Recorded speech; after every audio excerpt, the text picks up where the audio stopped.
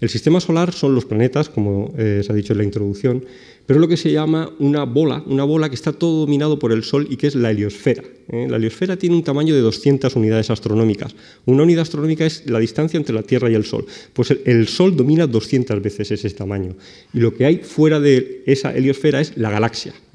Por primera vez, las sondas Voyager, que fueron lanzadas en los años 77, han atravesado esa frontera, ya han salido de lo que es la zona dominada por el Sol y han encontrado la galaxia. Los planetas están todos en la parte interna, pero el Sol domina toda esa zona y lo domina con su atmósfera que está en constante expansión. Tal vez uno de los mensajes que quiero enviar es que el Sol, vamos a la playa y pensamos que es pues, un objeto aburrido, es una bola amarilla que está ahí, que quema, pero que no tiene nada. Sin embargo, el Sol es bastante más interesante de lo que podemos pensar, e incluso peligroso. Aquí estamos viendo de uno de los satélites que está ahora mismo vigilando el Sol. El Sol no lo vemos, el Sol está aquí tapado. Esto es la atmósfera del Sol que está en expansión constante. Y aquí hay un cometa. Este cometa tiene una cola, la cola ya la genera el Sol. El Sol lo que está haciendo es constantemente, está evaporando el cometa y generando su cola, pero si tiene una explosión de las grandes, como podéis ver, incluso le quita la cola. Cuando llega esta explosión al cometa, simplemente es que se la quita. Estas explosiones se llaman expulsiones de masa coronal. Están ocurriendo constantemente en el Sol y hacen que navegar por el sistema solar, como harán nuestras naves, tenga sus riesgos. Podéis imaginar cuando alguno de los naves vaya hacia Marte con sus paneles solares y encuentre una de estas explosiones. La pregunta es, ¿el panel solar va a quedarse en la nave o se lo va a llevar como se llevó en la explosión solar el cometa la cola del cometa que veis aquí? ¿Cuántas explosiones de estas ocurren en el Sol? En el Sol ocurren 4 típicamente en el máximo de actividad. Aquí podéis ver el inicio de una. Tenéis este objeto oscuro y que de repente es expulsado, casi parece una expulsión balística, es un disparo hacia arriba y sale hacia afuera.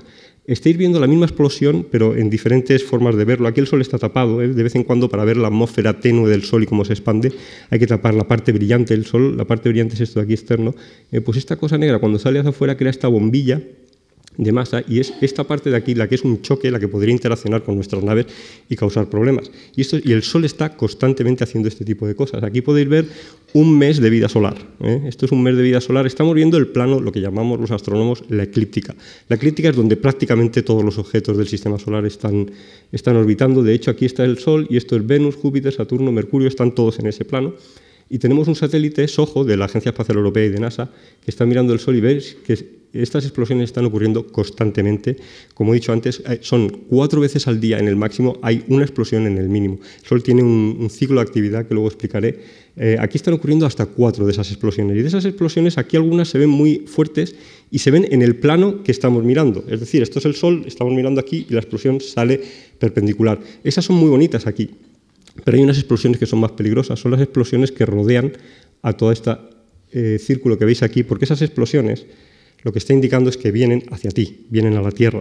Y aquí tenéis un poco una animación de lo que ocurre con esas explosiones. Cuando una explosión se dirige a la Tierra, es materia que el Sol ha expulsado, llega, encuentra la Tierra tiene un escudo, que es su campo magnético. Voy a hablar mucho de campos magnéticos. El campo magnético es lo que nos dice dónde está la brújula, el norte, el sur. El campo magnético de la Tierra es muy homogéneo, el del Sol ya veréis que es muchísimo más complicado.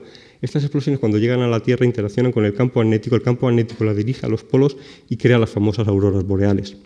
Las auroras boreales son muy bonitas, pero ahora mismo todos tenemos los móviles estos que son tan listos y que se comunican por GPS para decirnos dónde están y cuál es el restaurante que tenemos al lado. Pues cuando ocurren estas auroras boreales, la comunicación con los satélites se puede impedir o incluso las rutas polares de muchos de los aviones sufren y dejan de tener comunicaciones. O sea, el Sol es el objeto astrofísico que más nos impacta en nuestra vida actual, precisamente por la tecnología que estamos utilizando. Y necesitamos empezar a predecir todo este tipo de tormentas. Esta imagen que tenemos aquí representa bastante fielmente, de una forma artística, cómo nos imaginamos que fueron esos primeros instantes que acompañaron la formación de los planetas, no solamente en nuestro propio sistema solar, sino también en otros sistemas planetarios que han sido descubiertos desde el año 1995 en otras estrellas. En el centro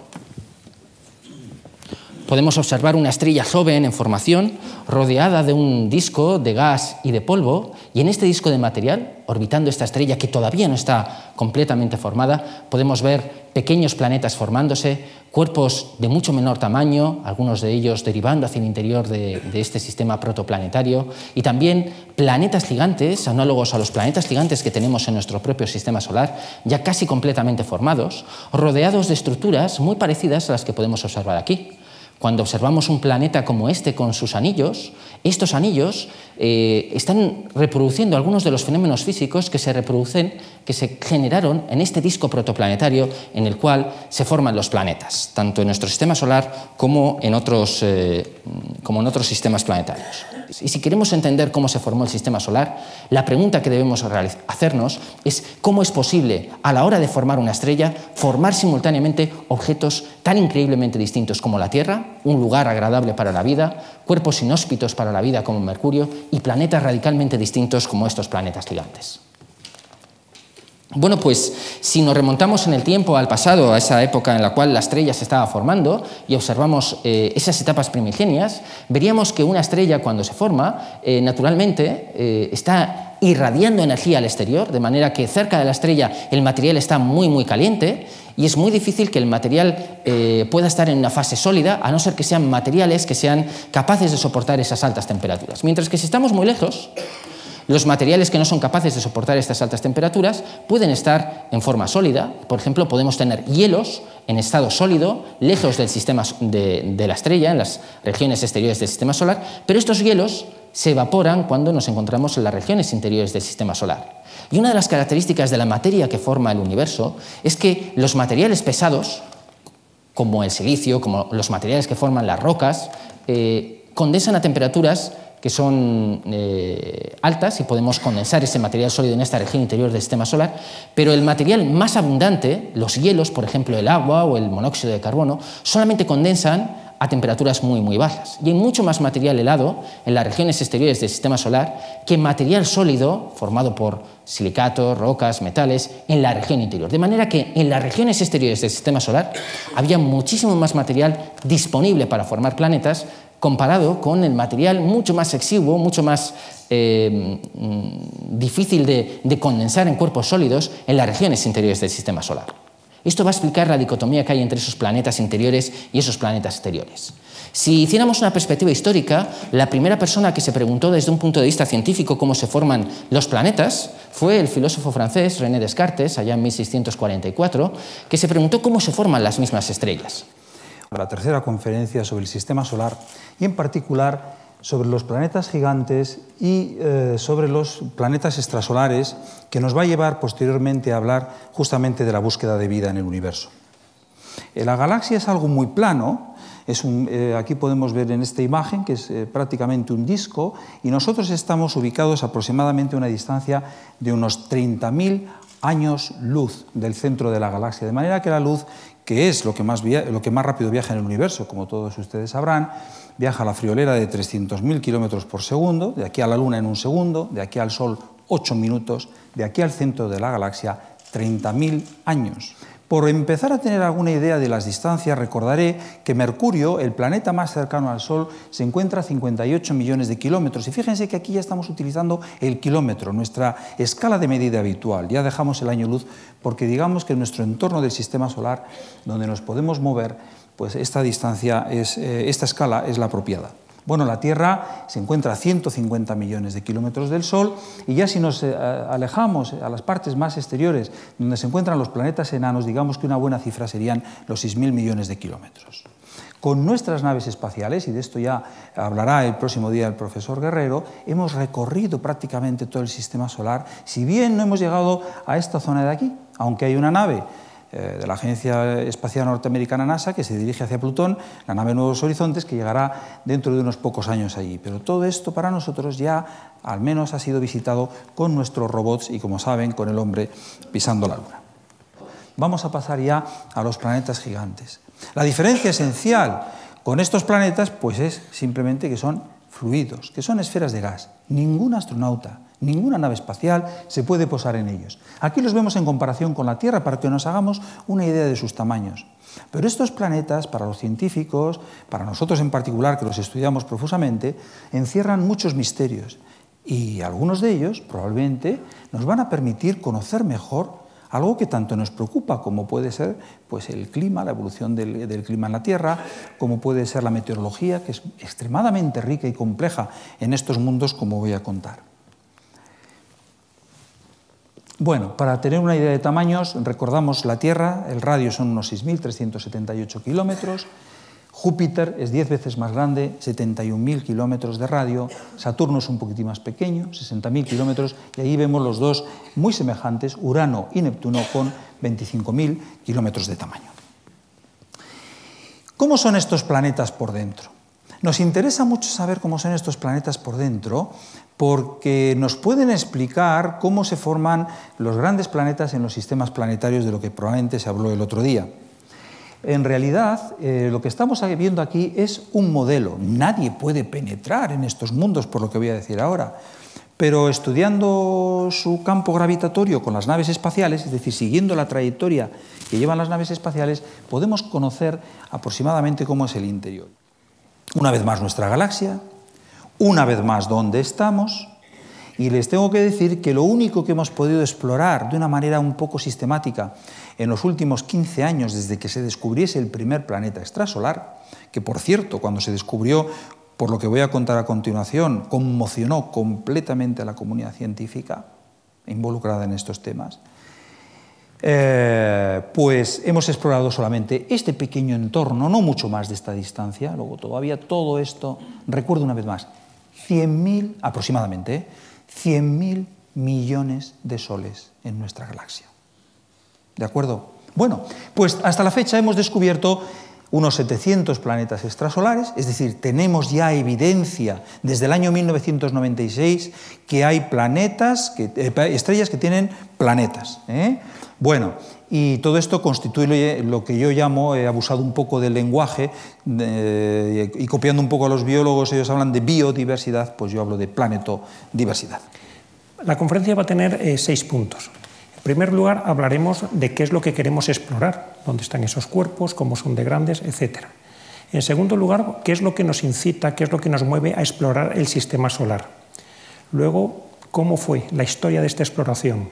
Tuvimos que superar la gravedad terrestre para poder salir al espacio y empezar a explorar. Entonces, como los antiguos navegantes tuvieron que hacer barcos pues, para poder echarse a la mar. Después el viejo dilema de la carrera espacial. ¿Robots o humanos? ¿Con qué exploramos? Luego haremos una rápida revisión de las casi 200 misiones que hemos mandado a los planetas y finalmente hablaremos de la conquista del planeta Marte. Hombres frente a máquinas para ir al espacio. El espacio es un sitio complejísimo de ir, porque realmente la Tierra está en el centro de este diagrama donde representamos aquí la temperatura y aquí la radiación. Pues cualquier mundo al que yo me quiera ir será más frío, más caliente, tendrá más radiación.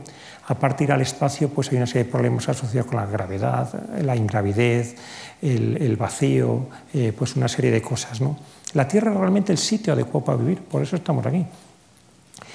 Si queremos mandar hombres al espacio, pues ¿con qué nos vamos a encontrar? Pues un rápido vistazo, pues tienen que ir presurizados. En el espacio sin aire, pues naturalmente perderíamos el agua, se evaporaría, herviría a temperatura ambiente, perderíamos los fluidos.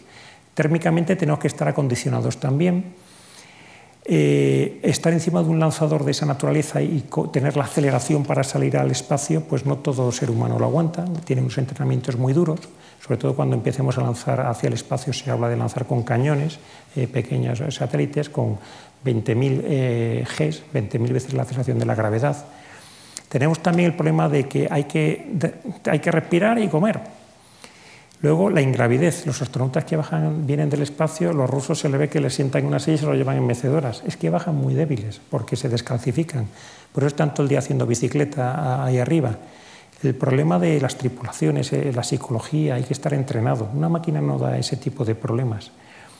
Luego la radiación. El ser humano es muy sensible a la radiación. Es el principal problema para ir a Marte ahora mismo. Un viaje de 7 meses de duración, pues recibiendo radiación constantemente del Sol, no hay blindajes suficientemente amplios como para poder aislar completamente. El ser humano es una máquina que necesita reparación también. O sea, en las tripulaciones pues debieran ir médicos. Todo el tema de la seguridad. Cuando un astronauta tiene un problema, es un problema de verdad, pero para toda la humanidad. Acuérdense ustedes de la película Apolo 13, ese tipo de cosas. Cuando perdemos una nave, pues hay que queda perdida, ¿no? Y el principal problema, hay que traerles de vuelta. Estos son los robots el que se ha lanzado el sábado. Tiene 2 aparatos españoles, un motor con una antena de alta ganancia para comunicarse con la Tierra directamente, sin una nave repetidora en órbita, y una estación meteorológica para determinar parámetros de la atmósfera de Marte. En los dos está nuestra industria española y en este en particular el INTA, a través de su centro de astrobiología, un centro mixto con el CSIC. En este están SENER, Casa Espacio, y en este está CRISA y otras industrias. ¿Cuál es el futuro, los siguientes pasos hacia Marte? Pues esta nave, la Phobos Sample Return, está perdida. Maven es una estadounidense que va a ver la atmósfera. Tenemos las ExoMars europeas. Luego nuestra estación meteorológica METNET, que realmente estaba aquí, los rusos la teníamos aquí metida, pero por una serie de problemas, al final, por suerte, no subimos, porque se retrasaron con temas de software ellos, y entonces pues tenemos nuestra nave y la meteremos o en ExoMars o estamos en negociación con China también, que quiere hacer varias misiones a Marte. ¿Y el futuro qué nos va a deparar? Pues cuando a Marte lleguemos, el siguiente paso es hacer exploración distribuida por un punto, o sea, no solamente un rover que esté en un sitio y ya está, sino hacer una red de estaciones meteorológicas, o cuando se llega a Marte, coger muestras y devolverlas a la Tierra. Pero mientras tanto, nuestra única nave es la Tierra, que es de donde salieron los exploradores.